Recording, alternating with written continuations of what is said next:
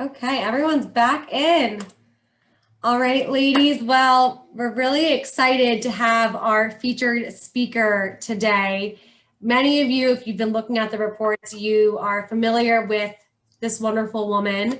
Her name probably seems familiar to all of you because she has been crushing it this past year. And I'll give you a brief background on who Kristin is, but I'm going to let her do most of the talking here because, her story is just incredible. But Kristin started with Vector a few years ago, kind of like all of you, while going to school. She went to NYU and she did the Sell One Summer, Teach the Next track. In fact, what's really funny is that her and I ran the same branch office. So her first branch office was Valley Stream, as was mine. And she went off and sold one summer, then she taught the next, and then she did it again, both times being a top branch manager in the Northeast region, the second time placing nationally. And then, took a different track, decided to run the office as a Dom, and ultimately left Vector. And she decided, you know what, I'm going to see what else is out there. I'm going to see what my resume can get me.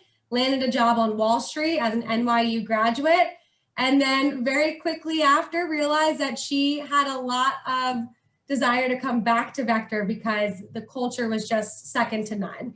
And she came back to Vector, got some more management experience in the Long Island pilot office, and then ultimately made the decision last December that she wanted to become a district, which if you think about making that decision going into January, most people don't open up their offices in December, right? Most people wait until that following spring to open up, but Kristin thought, you know what? Let's get the ball rolling. Let's get it started. And thank goodness she did, because she has had such an incredible year. And I want to be the first to officially announce that as of today, when the reports came out, Kristin Ali, in her first full year open as a district office, has hit $1 million in sales. So if everyone could just please give her some cheers in the chat box. It is incredible feat what she has just accomplished. And I know that in her mind, it's only just the beginning. Mission 2.0 for 2021, Kristin, it is an honor to have you here. I just want to start off by saying thank you for taking the time out today to speak with all of us. Thank you for having me. Absolutely. All right, so the first question, and the way that I'm kind of viewing this conversation, Kristin, is it's going to be pretty casual, but I'm going to dive deep on some aspects of your story and some of the things that you share. And to everyone out there watching, I want to encourage you to use the chat box to ask questions. If there's something that Kristin says that you want to know more about, please ask. And if there's something that Kristin says, which I'm sure this is going to be the case, that you find to be a golden nugget or create a light bulb moment for you, make sure that you shout that out in the chat box as well. We love seeing those golden nuggets come through. So Kristin, let's start off here. I know that I gave a really brief overview of your bio because I want you to be able to dive a little bit deeper on us. In 5 minutes or less, can you share your Vector story with all of us? Yes. So I started as a representative back in 2015 out of our Valley Stream office. In my fast start, I sold $10,000, finished up my first summer at around 28,000, just short of 30K in sales, before quickly becoming an assistant manager. And now I started in a branch office, so I had to transfer back to the pilot. So I actually started working for David Kirkner, who was my DVM for about 4 or 5 years. Was an assistant manager for him most of my first year, especially over winter break and in my spring semesters. And, around January, decided I was going to be a branch. So opened up my first branch summer of 2016. Didn't have the most incredible or amazing branch in the world. I think we did like 70 or 75,000. It wasn't, outstanding, maybe for its time, maybe, but it was okay. And I was like, oh, I'm not satisfied. I got to go do that again. I got to make sure I crush it next time. So I retrained the right way, I think this time in 2017, and went senior branch and ended up placing nationally, which was really exciting. That same year, I decided to start training to be a pilot. And, I was working around school, taking on a more serious role in the office, became a Dom in 2018 for for David Kirkner, was working with him for about 4 or 5 months. And at the end of that summer, I decided that because I was starting my senior year of university, that I was going to explore other options and see what was out there. And I was looking, I'm not sure what I was looking for, but I was looking for something. You know, when you start this job at 17, it's like, you know, what else is out there? What else could I be doing? And, you know, Cutco's amazing, so my standard is high. So like, what else could I potentially land? And I applied for, I think, around 20 plus positions that year, and I got every single one of them. I was not rejected for a single position, and a lot of them were great starting salaries, great benefits, things like that. And I ended up accepting a position in staffing and recruiting in Manhattan. And, you know, I got there and it was great. And I quickly realized that I was searching for Vector in places that were not Vector. I was looking for culture. I was looking for the people. I was looking for travel. I was looking for incentives. And, you know, Vector does a really good job of spoiling us. So I just, in my opinion, this is my only job experience. I was looking for things that most companies just don't do. And I realized very quickly that I was not in the right place. And despite my success there, I had to leave. And so culturally, I wanted to be around my family again. I wanted to come home, and I decided to return back to Cutco and my family back in, I would say, September of 2019. You know, very rough 2 months deciding whether or not I wanted to be a district, but December 1st was my official open date in 2019, and I recently celebrated 1 year open as a district. Great job keeping that short and concise. But I've got questions, girlfriend, on all that you just or other people do too.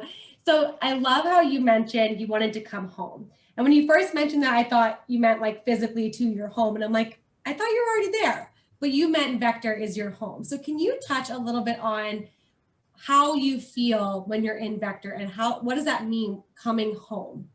Yeah, it's like hugging my mom. You know, it's an indescribable feeling. I love my mom. I love my parents. It's like hugging my dad. I can't really describe that to you other than like the utmost love. You know, it's just a feeling. It's like loving people and feeling loved in return. You know, working in corporate, my love bucket was empty, and you can't pour from an empty cup. So I found that my leaders here just poured so much into me and believed in me, and they wanted to see me and challenge me in ways that I wasn't feeling challenged in other places. And I wanted that. You know, I wanted to get pushed to step out of my comfort zone. I wanted people to tell me what was possible. And we take that for granted, I think, pretty often when we share visions and we do all these little things. You know, I just didn't appreciate it in the moment for years. 4 years, I did not appreciate it until I lost it, and then I had to come back. So it's a good feeling when I remember quitting my job. I remember quitting, and I've never quit anything in my life, a day in my life. And I remember crying in Penn Station. And the first person I called was David Kirkner. And I said, David, I quit my job in corporate America. And he goes, I didn't even call my mom. I didn't even call my dad. I called David. And David was like, are you okay? Like, what happened? And I told him what happened. And he was like, okay, I think you should go home. And I was like, which home? My office or like my house? And he was like, whichever one you prefer, love. And I said, I'm coming to the office. I took a train from Penn Station, the LIR, straight to Nassau County. And I went straight to the Levittown office, and I went home. I'd love for everyone to share like what they're resonating with what Kristin is sharing, because yeah, Ashley, my heart too, 100%. And Kristin, I've shared this with you before, but you and I have very parallel stories, right down to the fact that David Kirkner was also my I know. manager, and my first job post-Vector was also staffing. And I lasted not that much longer than you did in corporate America. Can you, and I think it's easy, you know, when all you know is Vector, to think that there are places out there that rival Vector from a cultural standpoint. But you and I both know, like, it is very hard to find Vector in any other place besides Vector. Can you quickly touch on just the stark differences that you've noticed in the culture out in corporate America and then the culture here? And I'm sure that's going to also influence what we talk about, the culture you're creating in your own office down the road here, but just touch on those stark differences. Yeah.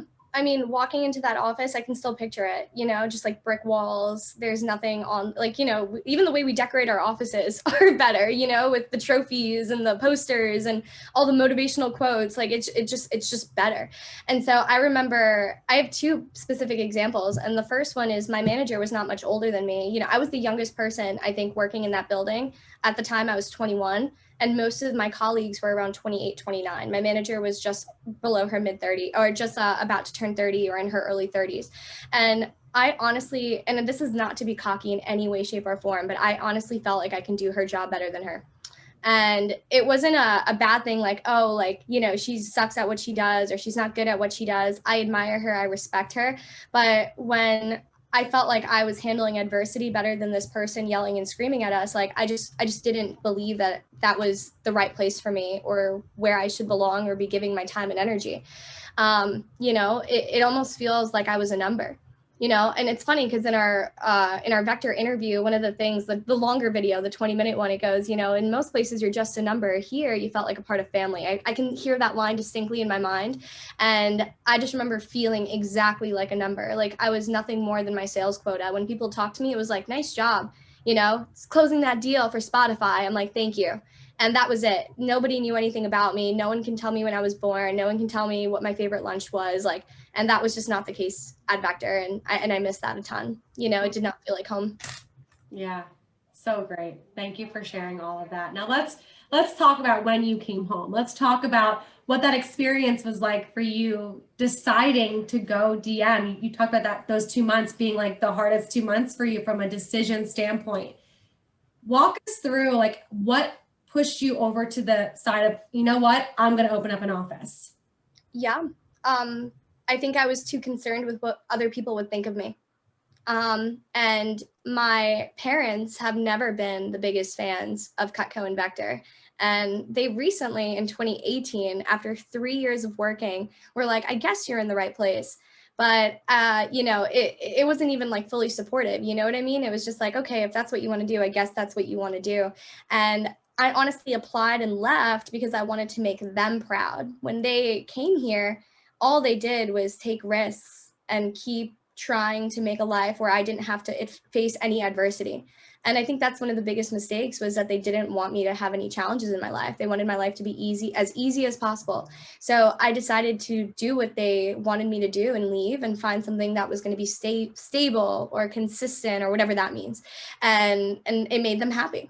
So when I came home, I had to fight that, because I literally came home, like left my apartment in New York City and came physically to a household where, you know, they were trying to push me in a different direction.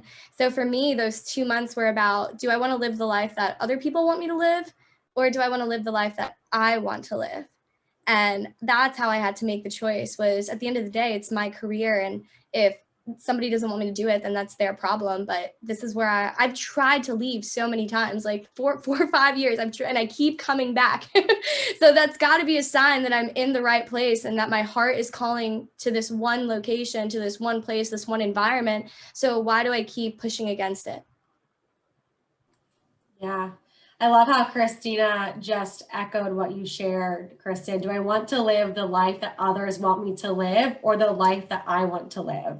And that is so powerful to hear you share, because I'm sure so many of us have people in our lives that care deeply for us the way that your parents do, but their version of caring is keeping you safe. And sometimes safe does not equate to happy or successful or confident or whatever that might be. And you kind of experienced that going into that corporate job and now coming back to Vector. So let's talk a little bit about your first year in Vector. I'm sure everyone's like, I need to hear how Kristin created this $1 million year. Did it start out as strong as you might think? No, right? Let's think about January program for you. So obviously you jumped on board December 1st, you got started, you opened up your office. Congrats, by the way, on your 1-year anniversary. Talk to me about how you were like mentally preparing for the January program. Yeah. So I came back and I was just like, I'm just going to dive right in, you know? And at that point, I think I was out of the business for at least a year and a half. So there was a lot that I had to catch up on, you know, new social media programs, new scripts, like, you know, different ways to run an, like, it was just like, I had to relearn everything. And I remember opening and being like, I'm just going to dive in head first and like feet first and just like go for it. So I started building so much recruiting momentum. I remember I was on campus like every day, 6 a.m. on the dot till like 10 in the morning, like 4 hours each day. And my first training seminar was the big dance. I didn't have a a previous seminar prior to that. I opened December 1st, and my first seminar was on December 26th or 27th, whatever that day was. And I remember I rented out a hotel because I had set 135 people for the big dance. And they were all campus recruits, all growth recruits, like just like literally just grinding, dumpster diving, like everything and more. And I spent money on a hotel. So financially, I actually like invested some money to make sure that, because my office was a box, and I had 20 people show up out of 135. And that was not a good feeling when you've spent $3,000 on a hotel and you did not get a good start. And I ended up launching, I think, like 15 of them. And I think for the month of January, my entire office sold 27,000. My PR collection was horrible. I think total got 500 PRs from like 15 people. It was just not good. And it was really difficult. Definitely one of the hardest months. And as someone who felt like a successful manager, I had faced adversity, but I always saw the bright side. This is the first time that I didn't see the light at the end of the tunnel. You know, I was like, wow, what did I make the right choice? Yeah. You know? Let's talk about that, Kristin, because I'm sure that you had, you know, well, maybe you don't. Maybe you didn't have any fear going into this office, but maybe you also did have a lot of fear, because here you are leaving a salary, leaving a safe job, leaving what your parents wanted you to do to now charge out on your own. And you had this expectation that you were going to get off to a really fast start. The numbers were working in your favor.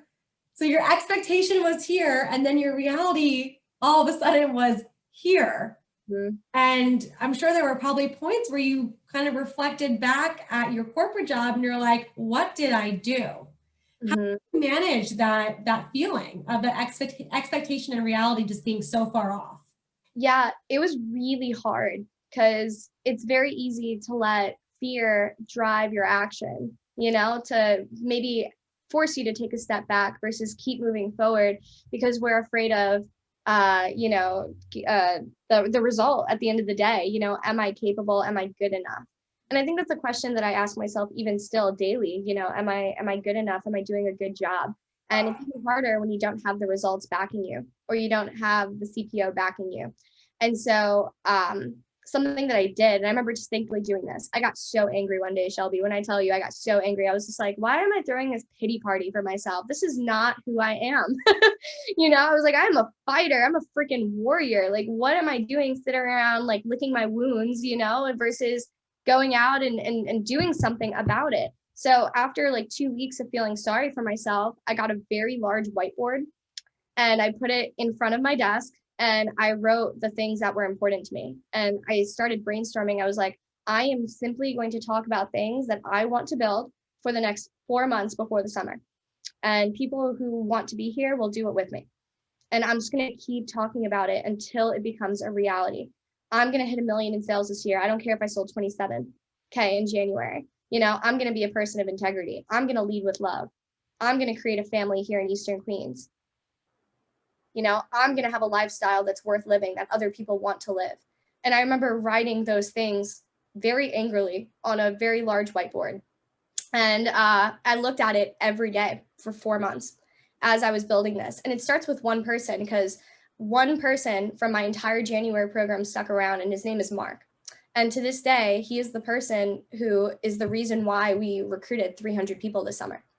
Because it starts with one. He believed in what we were doing. He believed in me, and he stuck by my side for 8 to 9 months to this day. And it started with one person. With him came a smaller circle around that, which came another circle around that, and another circle around it, until eventually it felt like an entire universe in Eastern Queens. And it just started with one. So powerful, Kristin. I'd love for people in the chat to share what they're taking away from Kristin's story. And one of the reasons why, I know we're all heading into the January program right now, and so I don't want anyone to think, oh my gosh, what if I only do $27,000? But some of you might have had your version of a $27,000 January in campaign 2. And the beautiful thing is that now you have this chance to reset going into January, going into 2021, and maybe it's your chance to pull out that whiteboard like what Kristin just shared, and reevaluate and figure out, what are my core values and what do I stand for and what do I want to create. I think it's so awesome. Kristin, that you had this belief that the people who want to be here and want to live these values will come and they'll stick around. And you're just so steadfast on your own personal belief. That is beautiful. Thank you so much for sharing that. So then talking about just strategy wise, like how did you really take those things that you believed in and implement them in a way that drove your CPO and drove your recruiting? Yeah. Well, my 3 biggest core values that I've been promoting since February 1st were integrity, family, and lifestyle. Those were the 3 things that I kept talking about. And I just made it a very clear vision for people. I created a lot of clarity, and I made it my personal business to make sure that people knew that I was going to treat them like family. I was going to love them. I'm not afraid to tell my reps I love them. I'm not afraid to show them love or kindness or to express love to them in ways that maybe they receive it. I told people that I believe in integrity, especially right now in our virtual world as well. Integrity is one of my biggest core values, because if someone tells me they're going to do something, I'm just fully expecting that they're going to do it if I'm not looking. And I made sure that that was very crystal clear from the get-go. Like, if I tell you I'm going to do something, I will sure as hell follow through. And so if you tell me you're going to do something, you sure as hell better follow through as well. That's what it means to have a reciprocal relationship, where it's bi-directional, it's not one-sided. And that was super important to me, that people were getting the job done, even if I wasn't looking, that they were building strong habits and discipline for themselves. And I wish that every 18, 19-year-old learned that type of discipline like I did when I was 18. And the last thing that I started promoting was lifestyle. I was telling people I never want to work a 9-to-5 where I'm trapped at a desk. I never want to work a life where I'm forced to get up in the morning and go to work. I want to rip the blanket off and say, hell yeah to the day. And I didn't want, and I remember getting on a train every morning at 6 o'clock in the morning to go into New York City and feeling miserable with all the other miserable people on the train. And I just never wanted to feel that way ever again.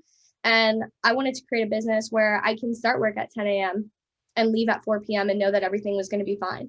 And I wanted to build a business where I knew I was going to be financially set, and that I don't have to work 7 days a week to earn a 6-figure salary, and that was something that I was really passionate about. And I kept talking about it until I noticed that people wanted to live the life that I was living. So I knew I was doing my job right when people were like, I really hope I find a career that I love as much as you do. And that's how I knew I was in the right direction. So it sounds like you used your core values not only as, a visionary statement, this is what you can do here, this is what we're all about, and continuing to use that to build, but you also use them as standards, especially integrity. You had mentioned, I trust that my people are doing the things they tell me that they're going to do, which I think for a new manager, that can be really tough sometimes to put trust in their people. And I'm sure that there were moments, Kristin, when you had brought people onto your team who did not share those values. And you mentioned that you lead with love, and I'm sure part of that is tough love. So can you talk a little bit about upholding your standards and the tough conversations that you had to have, and what it looked like for you to really wrap your arms around the people that you knew you wanted around, and have those up or out conversations with the people that you knew were kind of sucking away from the values that you had?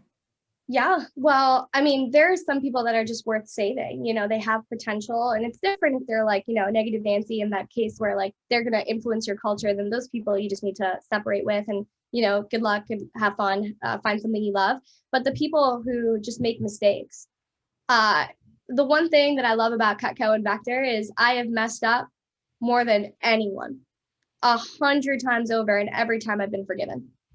Every single time I've been forgiven, and I've been led in the better direction. So I remember that, and I don't take that lightly. And so when my kids mess up too, I'm curious before I'm critical, and when I lead with love, I want to find out why they did what they did, or why they didn't do what they were supposed to do, and show them a better way. Like, isn't that our job, to teach them not just knife skills, but life skills, to make them better versions of themselves? Well, I need to practice what I preach. That's a part of integrity.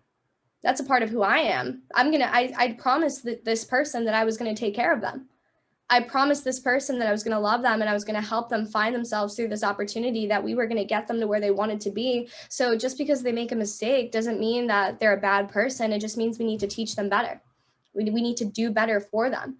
And that's a part of leading with love, is forgiveness, but also, making sure that they know that, if you make a mistake once, don't make it again. I'm teaching you a lesson right now, and let me show you a better way. And now you need to act on it. We analyze what happened. I'm planning it out with you. Now execute, do it. And if you still don't do it, then that's just you not being able to hold yourself accountable. Maybe you're not a good fit for my team. But at least I told you once, or I told you twice, but 3 times and you're out, like I shouldn't have to say it multiple times, but here's what we do here. Here's what we're about. Get on board. You say that with such conviction. Did it take you time to get to that place where you could say it and just know that no matter what happens from that conversation, you were okay with the outcome?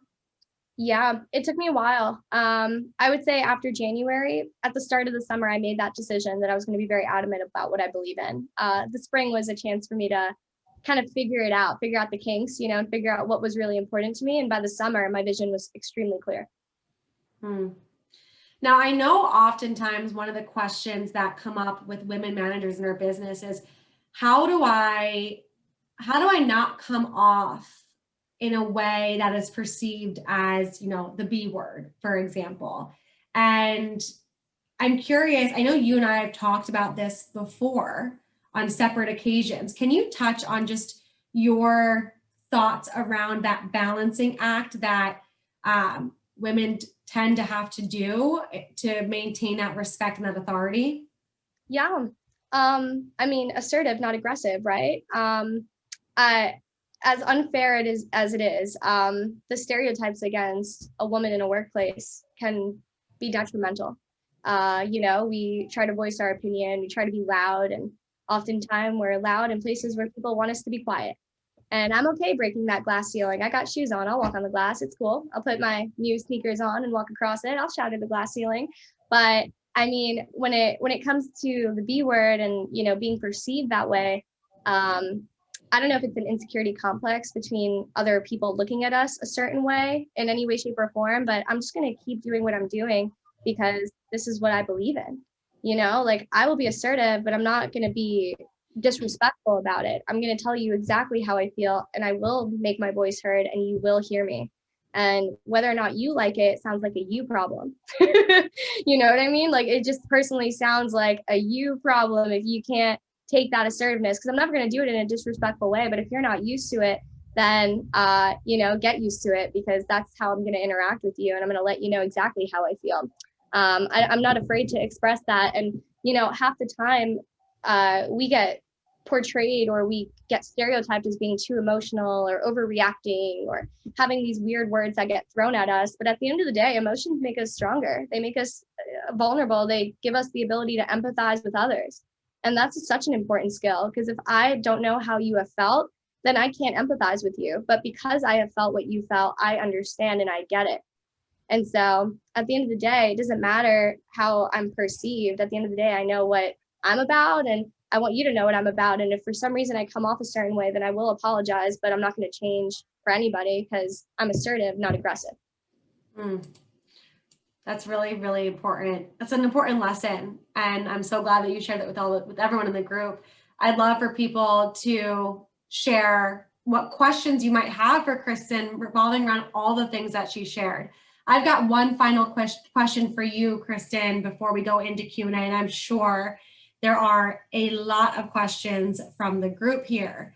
I'd love to know, just looking forward, so into 2021, what strengths did you realize in yourself in 2020 that you're planning on amplifying in 2021?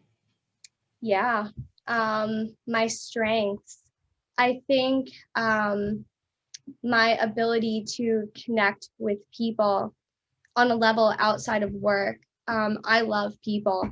I love them more than anything. And I truly feel like life is bigger than just your job or your career. There are so many other facets. So I think my ability to connect with people on outside of a level of just like knives and sales is incredible. My ability to empathize. I think is also incredible. You know, when people have bad days, it's okay to feel frustrated, but let me teach you how to respond versus react. I think I can empathize. My patience, you know, working with students, they will mess up over and over and over again. So you have to be patient with them, of course. And I think that if I had to pick one, I feel like there's so many things that I've worked on this year. It's so hard to narrow down like the growth, but I would probably say that assertiveness of just being very crystal clear about what I'm building, what I want, why I want it, and communicating that to other people to create that clarity for them. So it's not just about me believing in what I believe in and having conviction in that. It's about me being able to communicate that to others and have them believe in me too. You know, because they're here not just for them or for the team, but sometimes they're really here for the person that's leading them. And leading with love is going to be super important. And I'm definitely going to carry that with me into 2021.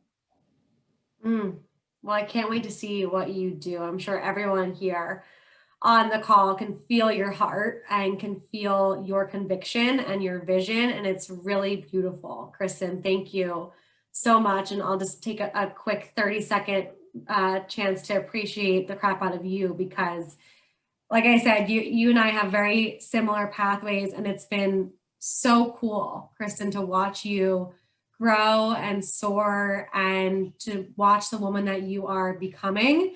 And I'm honored to have a chance to be your friend and to see you, you know, explore your potential here with Vector. It's not the last time we're going to hear from you, Kristin, and you're just a great role model for young people in this business. So thank you.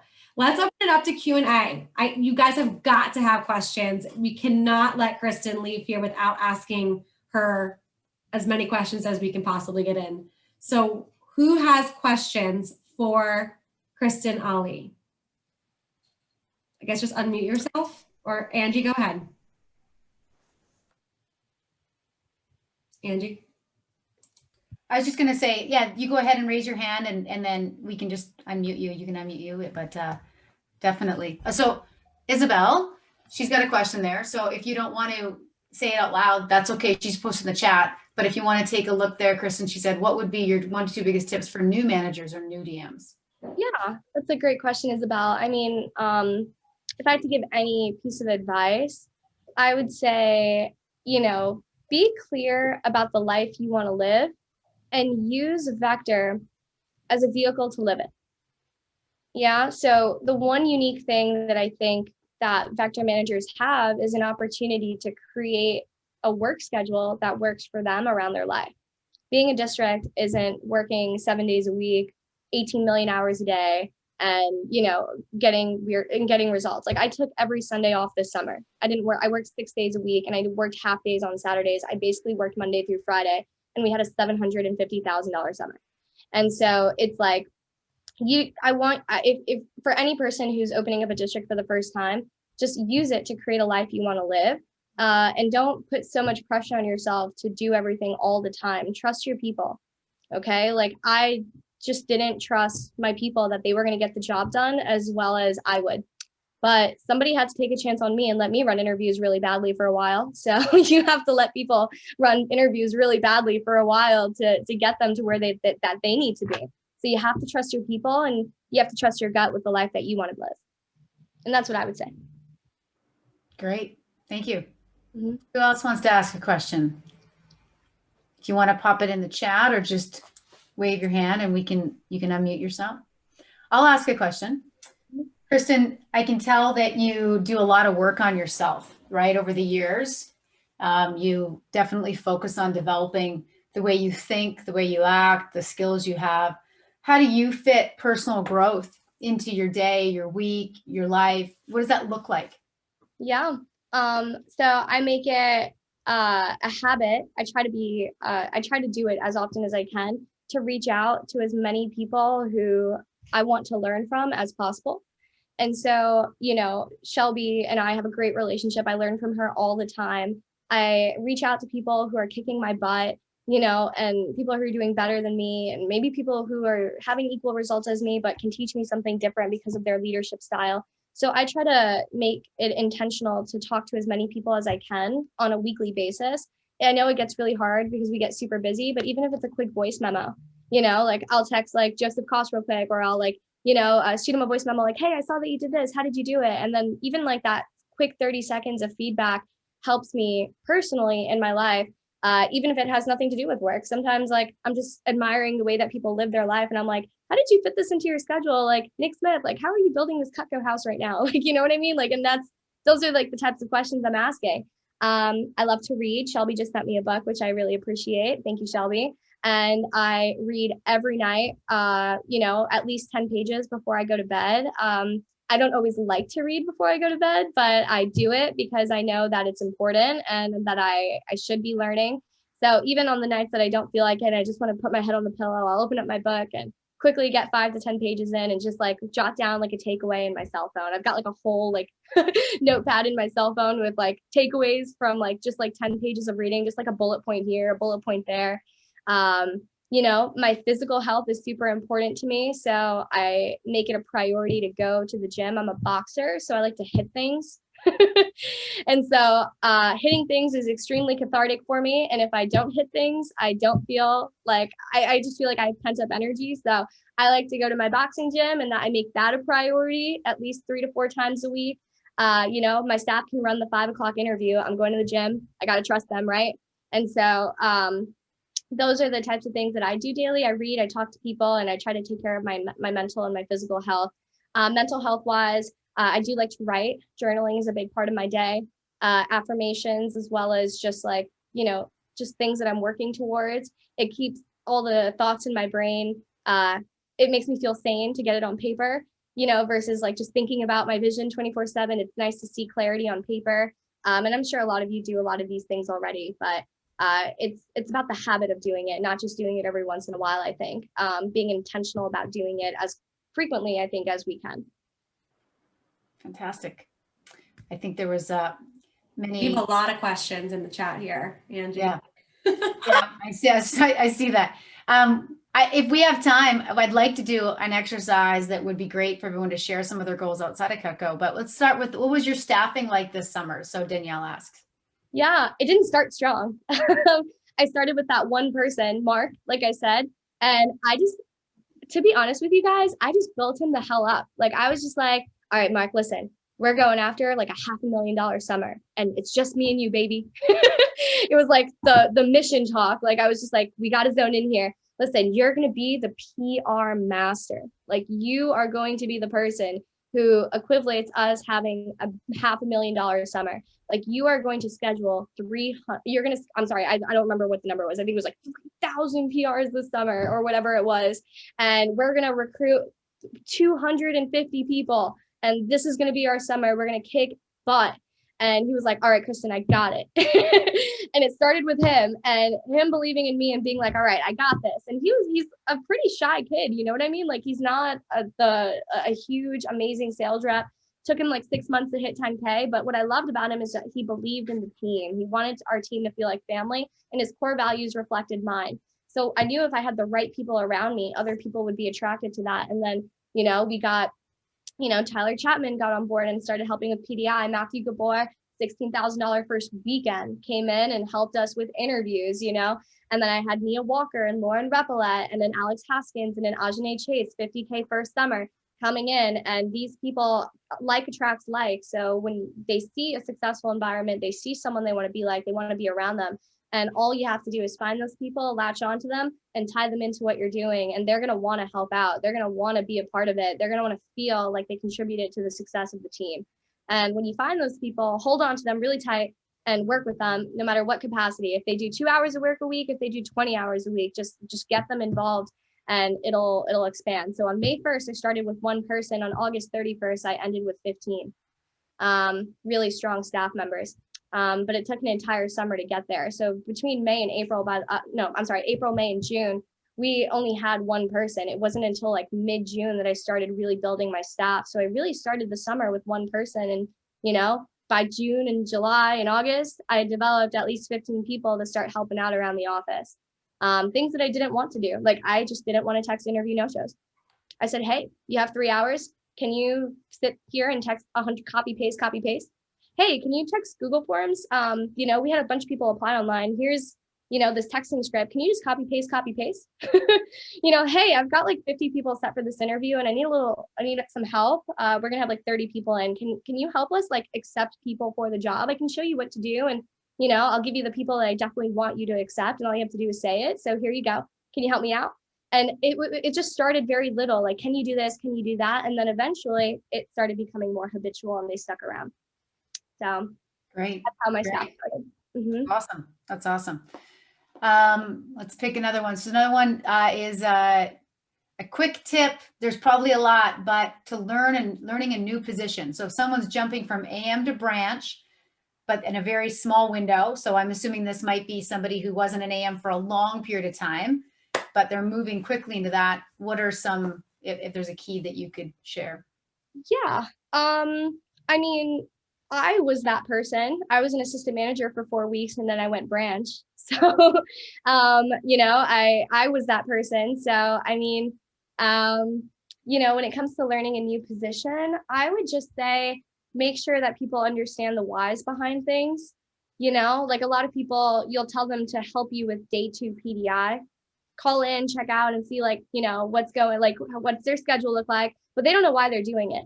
So, people will learn the how as they do it. I'm not really focused on getting people like, crushing the scripts or, doing the right combo, having the perfect combo. I just want them to understand the feeling I want people to have when we go through the actions of doing something. Like, for example, if I'm teaching someone how to run a recruiting class, I want people to feel like they belong here. I want people to feel like this is home, like they are in the right place. So I teach my staff, like when you have conversations with these applicants, I want them to feel like they belong here. I don't teach them like, hey, here's how you like accept someone for the job and this is what you have to say. They have the script, but I focus on the feeling that I want people to have when they do something. And I think that creates like working with intentionality. And that's what I really focused on, is I just kept diving into the whys behind things. And, when I opened my first branch, I'd never run a training. I'd run 5 interviews ever. And I had taken maybe 3 PDI calls. So I was not the most well-trained branch when I first opened. But what I did know was that I understood why training was important. I understand what my intentions were. Like, it was about demo creation. It was about getting people the right number of demos, seeing the right people. It's about PR collection, right? Making sure we have team building and getting the right people to start recruiting with us. And I knew what I had to do. Did I execute it properly? No, but I think that, learning the whys behind something, eventually the how figures itself out. And I know we all heard that before, but it truly is true, if you're training in a short amount of time. Yeah, I think that it's such a great bit of advice, because it teaches people situational leadership. Mm-hmm. Because everything's not always going to go as planned. And so you have to be able to adapt. And when you know that, the why you're trying, the feeling you're trying to create, why you're doing what you're doing, what's the intent, then you're able to adapt to those situations. And it gives people, I think, probably a lot more empowerment, right? You're empowering people to step up and know that they can do this, right? So it's really powerful. Yeah. Another question is, how do you create or define boundaries between work and personal life? Do you have any, it says, do you leave work at work? Do you have certain hours reps can call you? Maybe that's evolved over time. Yeah. Yeah. So the boundaries between my personal life and my work life. When I'm at work, I'm here and I'm grinding, but once I clock out, my staff knows that like, I'm not going to accept a PDI call after 8 p.m. You know what I mean? Like, I'm going to sleep. I'm going to go eat some food. I'm going to go see people I care about and hang out with them. And, and they've got me covered, and I make sure I'm fair towards them. So if you don't have a staff, I think it's a little different to have those boundaries.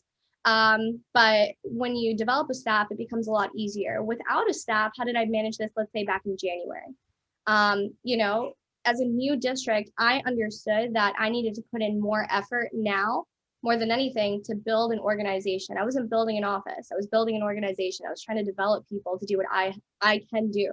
I wanted to replicate myself. So I think that sacrificing just a little bit and making sure that everything is set into motion at first is important. So don't be afraid to like really put in the effort. But at the same time, you can't pour from an empty cup. So you just have to make it a priority, put it in your schedule to do the things you want to do. Like you can still run 2 recruiting classes a day, run like 10 PCs and go to the gym. You know what I mean? You can still have breakfast with your mom in the morning or get lunch with your parents or guardians or friends at night or in the afternoon and still get your job done. But it's not going to happen unless you prioritize it. So I think you have to put it into the calendar. And I think we have this tendency to like fill our calendar with things that we have to do for work. And then life comes later. But just like in Vector, we teach new representatives, put your life first, put your knife stuff after. I do the same thing. Like the first thing that goes into my calendar is like my gym stuff. So I know for a fact that no one can bother me between 7 and 8 a.m. because I'm going to be hitting things. Okay, like that's just my life. No, don't talk to me. I will be at the gym, and at 8 a.m. you guys can start blowing up my phone again. All right, but I'm going to be at the gym. Nobody talk to me. And if I'm getting breakfast with my mom on a random Saturday, like, hey guys, like, can you grab PDI for an hour? I'm just like, I know you're normally working, but I just want to let you know I'm just going to be in and out really quick. I'm going to be with my mom for an hour, and then when I get back, I'll be back on track. So it's okay to take that time, but communicate to your staff, communicate to your people that that's happening, so they don't feel like you've abandoned like your responsibilities. You just have to tell them. That's it. And I think we're just afraid to tell people that we're doing other things besides working. But if all we do is work, no one's ever going to want to be a district manager, because who wants to work all the time? That's exactly, there's nothing more true than what you just said. And I love how you said, you know, you share with them, you know, hey, this is what I'm doing.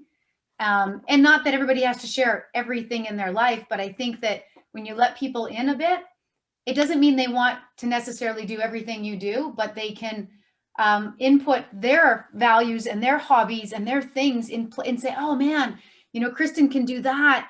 That means that, man, I could create a lifestyle where I get to do that, and I could do this, and she does this, and you're modeling by example, and it's showing. Obviously, it shows in your staff, it shows in your retention, it shows in results, and that it's a part of that first value you mentioned, which is integrity. Is, you know, if I'm going to do this, I'm going to expect that of them, but I'm also going to expect that of myself too. So, which is great. Yeah, it's awesome. It's great. Okay, well, we'll do one last one. With your staff currently, how do you hold them accountable to your standards while also feeling supported? And do you have any strike penalty systems? So I think you were starting to, you touched on this a little bit with the strike 1, 2, 3, maybe a little bit there. Yeah, so let me just read that one more time. How do we hold staff accountable to standards while also feeling supported? Yeah, I mean, everyone is pretty crystal clear. Like before I even promote someone, I let them know, like, here are my standards for you, and here's what I'm looking for, and you know, here's what I'm expecting. Are you okay with this? Like, I never promote someone unless it's reciprocal, nor do I accept anyone for a job unless it's reciprocal. In my interview, I even state the question, you know, I like you. I think you would be great. Is it reciprocal? Do you like me? And do you like the team? Do you like the job? And I say that in the interview because I want it to be reciprocal. If they say yes, of course you get the job if I like you. You know, if they're like, you know, I don't think I could see myself doing this, and I just didn't run a good recruiting class, which doesn't happen anymore, but whatever. And so, but I was going to say that with my standards, with like my staff, I make sure that they understand what I'm looking for and that it's reciprocal, that they're okay with what I'm asking of them. You know, everyone has a life, everyone goes to school, everybody does other things. So, you know, I want people on my staff that are going to meet the following criteria, X, Y, Z, whatever that is. And you can't do that unless it's reciprocal. Oftentimes we promote people and we're like, you're an assistant manager, but we don't tell them what that means, you know, or we don't define the boundary or define the expectation of what that means. And so someone cannot be promoted to my staff unless they know what that means for my team and for our team, because now it is our team. Penalty systems, I mean, I don't, other than a demotion, you know, there's really nothing. Like if I promote someone to, let's say, be an assistant manager and I find that it's not going to be a good fit, you know, and that happened to me recently. I have someone on my staff that I'm not going to name because we're recording, but I have someone on my staff that, you know, was just not a good fit for my assistant manager team. And, you know, she was really excited to be an AM, like hit her 10K pay raise in order to get this. And it just was not working out. Like I didn't like what was happening. And I had to tell her, like, hey, listen, I love you. You're doing a great job, but I just really need this out of this position that you're holding. And this is what I'm getting. So I'm very clear about what I expected and how I did not receive it. And that, you know, maybe in the future we can revisit the idea, but you can continue to be a part of our team. You can continue to hold yourself accountable and lead by example. But unfortunately, I don't want you to do that as an assistant manager. I would like for you to be better at leading yourself by example, and you to work on yourself before you can lead others. And I just make it very crystal clear that that's what I'm working towards. And, that's what they should be working on too. And I let them know that the door is always open for management and leadership. It's not guaranteed, but as of right now, this is not what I'm looking for. And I make sure I'm respectful about it and that they don't feel discouraged to the point where they don't want to be a part of my team anymore. Where it's like, I'm an assistant manager and how do I go backwards? It's like, what do you mean? You're only at 10K in sales, 20K, 30K, 40, 50K, like 150, like key staff. Like, I'm sorry, there's so much more in front of you. Like, your world is not going to end by not being an AM anymore. You know what I mean? It's not the end of the world. Like, there's so much more that you could be doing. And I think when you get there, maybe we might revisit the idea, but right now it's just not a good fit. And I always say 3 strikes is my limit, my cap. And I would say that's for like a new AM, and they have to do something really wrong. Like if they're like 2 minutes late to their shift, that's not like a strike. That's just like, hey, like, don't make me say it again, but be 10 minutes early. If they do something crazy, then that's a completely different story. That's like a strike for me, like missing an interview, or doing something crazy like that. That's a strike. But little things like that, you just need to correct the behavior and don't punish. Once again, curious before critical, so. Yeah. Something you said, I just want to emphasize again, because I think this gets some people hung up, is where you said, just because you're not an AM, it doesn't mean there's not so many other things to shoot for. I feel like people get caught where they promote someone early because they need to, or it just makes sense. But then they feel like maybe it's devalued, the sales opportunity we have in this business. And so they kind of think, well, you're already a manager, so then this thing's kind of already gone. And then when they think they're not fitting in this role, they've lost this. So it feels like to me is that you've done a really great job of really promoting what this rep opportunity is. Like, phenomenal. And then there are people, like you're saying, will have the right values, the right fit to move into this leadership role as they sell or as they become more management. But I think it's so wonderful the way you said that, because sometimes people are like, well, they're on AM, so now they're done. I'm like, no, this is an amazing, there's so much opportunity in our business, right? Mm-hmm. Absolutely. Yeah, so great. Well, this has been really, really great, like Shelby said, and definitely shared words of appreciation. And you being so, giving with your time and authentic and real is wonderful, because I think that's what people can most relate to is, what are the wins? What are the lessons? What am I learning? What am I doing? I feel like a way to describe you and your relationships is when I think about, there's a book called Fierce Conversations. And the whole summary is that, the relationship is the conversation. The conversation is the relationship, and that you're clear, you're not always perfect, you're saying, but I want to let people know what I'm thinking, what I expect, and then I lead with love and treat them like their family. It's been fantastic.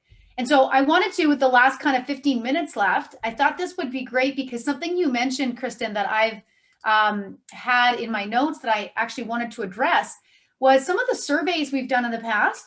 I've asked the question of, what got you to DM and why did you stay as DM? Like, what got you here and why are we here? Something that's come up a lot as a trend in the answers is that somebody believed in me. They believed in me more than I believed in myself. And so I wanted to just bring that up, because sometimes when we're like, Kristin mentioned in January, it's hard to have the confidence when the CPO doesn't back up that this works and you can be great, right? And then we forget, because we're so concerned with our own situation, that we're not actually pouring that belief into other people. And I just wanted to get that out there as a reminder that, yes, people have believed in you and they'll continue to do that. But for you to remember, how often do you share and tell people on your team what you see in them? What role do you see in them? How much do you believe in their potential and how great they can be? So sometimes it takes a few minutes to jot down, what are their strengths? What do you really love about them? What do you think they're going to fit with this culture? Why do you think they'd be a great district manager? And then communicating that often, right? We tend to sometimes forget how often somebody might have said to us, you would be great at, man, I'd love to see you do this. You can do this. And so just remember to keep sharing that, because when you hear someone like Kristin's story of, ran 5 interviews and didn't run training, run a branch, had a really, not a great start to her DM, career, but still took that time to, stick through it, but then get the whiteboard. I'm curious if you have a picture of that whiteboard at all, Kristin, because I think that'd be pretty fun to look at. I do. I have to dig it up, but it's somewhere in the archives. I'll find it and I'll send it your way. That would be great. That is fantastic. The other thing that Kristin mentioned that I had in my notes here was, she said a few times, you can't pour from an empty cup. And I ran an event on Saturday with a bunch of other women, and that was one thing that came up repeatedly. And I know that it seems easy, to just fill every hour we can, and then we come second, third, or fourth. And we've talked earlier in the summer about what are those things that you might call them self-care. You might title them filling my own cup so that I can fill other people's. So I wanted to just ask you guys, everybody to point in, to put in the chat at this point, what are the things that you do to fill your own cup?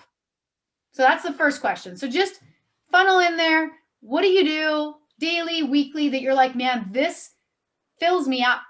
So work out. Anything else? Affirmations, talk to positive people, a bath, walk dogs, work out, read, spend time with your wife, draw, workouts, podcasts, journaling. Great. Positive self-talk, podcasts, boxing, reflecting, family, right? Hit things. Awesome. Well, I think it's good for you to have this list, right? You kind of need a list that you're like, what are the things that I need to make sure in my schedule so I'm filling my own cup? Because I can't give anyone else if I'm empty. So now I want to flip the question a bit. What do you do to help fill someone else's cup? I mean, they need to fill their own, but what do you do to help fill their cup? Texts of awesome, random texts of awesome. Great. Send quick congrats messages. Nice. Voice memos. Yeah, I'd have to say in the last few months, I am like all over the voice memo thing. I am over the text thing. I am like tone of voice, energy. Yes. Voice messages. Support their interests. So I also wrote this down when Kristin was talking. When Shelby asked her in the beginning, she said, what do you mean by different culture? And one of the things that Kristin brought up is in her job in New York City on Wall Street, she said, they didn't know my birthday. They didn't know my favorite lunch. They didn't know, so just a great bit of awareness that this might be something some of you do already so well, but whether you use WebPDI or you have other tracking system, but, just creating a consistent routine of writing things down about the people on your team that matter. And they say them usually in passing, right? And then you jot it down, right? And you're like, oh, I got to write that down. Or you make a list. What are the things that I need to know about the people on my team that I lead and I serve? What's important to them, right? And then creating those random acts, right? I love how they're acts of kindness that way. I know that the other night, something that Shayla did in our region, because they're going after, they're about 30K away from hitting their million for the year. And so Friday night, she called everybody and thanked them. She said most times when they get a call from a manager, right, it's like, you come to the phone jam, what's happening, She just called Friday night and just said, thank you, right? That was like the intent of the conversation, right? Called everyone on the team, okay? So positive, a lot more things there, which is great. Super. So think about how do you fill someone else's cup, and then how do you fill your own? One more question I got on this area is, what are some great coaching questions that you've either had given to you and used to help you, or you use with others to help them see themselves beyond where they're at? Are there certain questions that you like to ask people that help you to, maybe it's an advancement PC you're doing, or you're talking to them about their opportunity? Are there any coaching questions that you go to that gets people thinking, and helps them see something bigger? Or can you remember maybe a question that was asked of you and you're like, oh, that made me think a bit different, when my manager asked me this question? Because I know that sometimes we're in a place where we tell people, you know, which one side of that is, I believe you can do this. And then there's other times we need to just put the question out and then let them come to that answer. And maybe one of them is similar to what Kristin brought up is, you know, what do you value? What do you want your life to look like and feel like, right? Shelby put in there, one of my favorite questions is, what strengths did you show last year that you're going to amplify this year? Fantastic. What's something that would improve your life by 1% today? Those 1% gains have a tremendous impact in the long run. Man, yeah. What's something that you could improve your life by 1% today? What a great question, right? Well, if you did know, what would you say? I know, that's so great, right? When people go, you know, what do you think? And they go, I don't know. But if you did know, what would it be? I ask my kids that and they hate it. Yeah. I don't know. But if you did, but I don't though. No, but what if you did though? What would it be? Right? It's great. Okay. So if you think of another coaching question, pop it in there. I want to wrap up with this thought. And I know we don't have time to dive into this fully, but I wanted to pose this to you because I'm sure as we go through December, you've either already done this or you've got a time scheduled to do it where you reflect on the last 12 months, right? What are the wins? What are the lessons? What am I going to start doing, stop doing, keep doing? What are all those things, right? Maybe you've already done it. Maybe you've got a day plan coming up and you're super excited about it because it's going to be space to think and plan and reflect, right? And a statistic that has been shared about dreaming and goal setting is that 95% of people out there don't set goals. 95% of millionaires do. So just an interesting thought, right? 95% of people on average don't set goals. You know, the 5% do, and 95% of millionaires set goals. And I bring that up because I know that with finances, it opens up a whole new set of choices for people, right? When money is not a reason that holds you back from anything personally or professionally, you do think about things a bit differently. You know, how much you're going to donate, who are you going to help, how are you going to grow your business, right? What's life look like? It's just, it takes you to this other level. And we want that abundance for all of you, right? So why this is important is because what we think about, and I know this is something not new to anybody, it's just a reminder, we have to pay attention to what we think about because we're always listening. And when we put down what we really want, it's amazing how when you revisit that consistently, those things happen. So I want you to think about this question.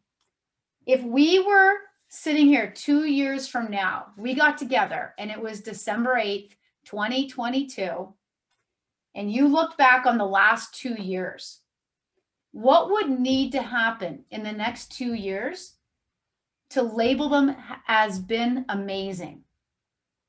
And I want you to work on a list that's at least 24 things, 24 months, 24 things.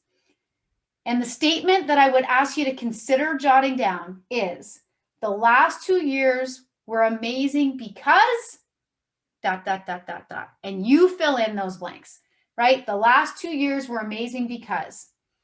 And just to help you when you're doing this, when you set aside some time, you know, think about what would give you the greatest sense of pride, meaning, fulfillment with the community you've created, the organization you've built, the people you've helped, right?